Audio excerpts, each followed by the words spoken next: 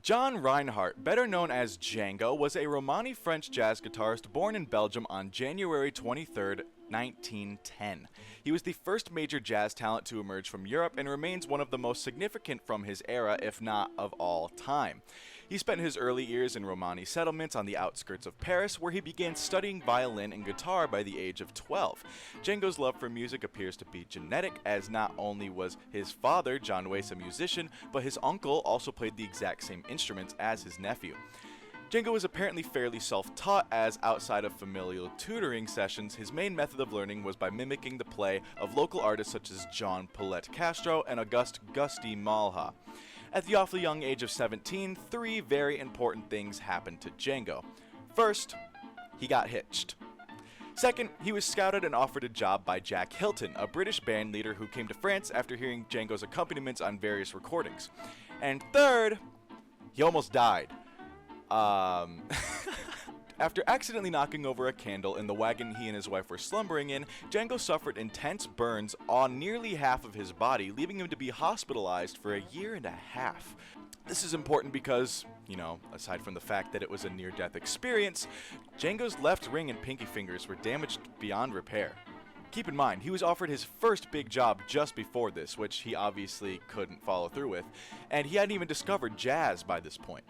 Now, about a year after the fire, his wife Bella Mayer gave birth to their son Henry, and very soon after that, the couple parted ways. Bella gained custody of Henry, who took the surname of his stepfather, but as I mentioned earlier, the music in Django must be genetic because Henry eventually grew up to be an accomplished musician who would one day record with his biological father. Getting back on track, however, Django was not doing so hot after the split. At best, he was living paycheck to paycheck, picking up random playing jobs throughout the whole of France. At least he was dating his cousin. The tight-budgeted lifestyle Django endured ended up being completely worthwhile, as he accumulated playing experience in an incredibly vast array of styles and sounds. It all came together for Django when his friend Emile Savitri played him various American jazz records, including anywhere from Louis Armstrong to Duke Ellington, and this immediately seared the vision of becoming a jazz professional into Django's mind. Now at this point, you should probably be wondering how Django even gained the experience playing in the first place, given his lame fingers.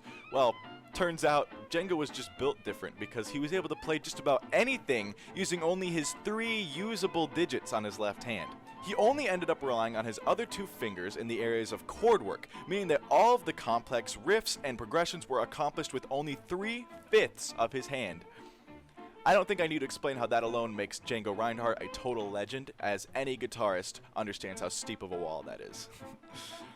By the time 1934 rolled around, Django with his new friend Stéphane Grappelli co-ran the group Quintet du Hot Club de France in Paris. The quintet was where Django really saw the limelight, and he was playing alongside top jazz musicians such as Adelaide Hall, Coleman Hawkins, and Louis Armstrong within the first few years of the group's debut. Up until the turn of the Second World War, the quintet toured across Europe, notably in London and Paris, and an American record company even released some of their recordings in the States. Django himself changed the way jazz was looked at and performed in a variety of ways, all of which were personified through the quintet. The Quintet du Hot Club de France was one of the first jazz groups to have the guitar as a lead instrument, and was one of the only well-known all-string ensembles in general. And while he didn't always directly lead the band, his role as a composer and primary soloist has definitely left its mark on the world, with jazz guitarist Frank Vignola going so far as to say that every major popular music guitarist in the world has been influenced by Reinhardt. Some more fun facts about Django. Minor Swing, which is the song you've been listening to throughout this video presentation, is but one of many of his songs that revolve around his unique style of gypsy jazz, which he and Stéphane Grappelli both originated in their quintet and was the basis of all of his sound, and is the reason he is considered such a profound and professional jazz guitarist. In 1938, Reinhardt's quintet played for thousands of people in an all-star performance at London's Kilburn State Auditorium. While playing, he noticed American film actor Eddie Cantor in the first row, and when their set ended, he rose to his feet, went up on stage, and kissed Reinhardt's hand, paying no concern to the audience.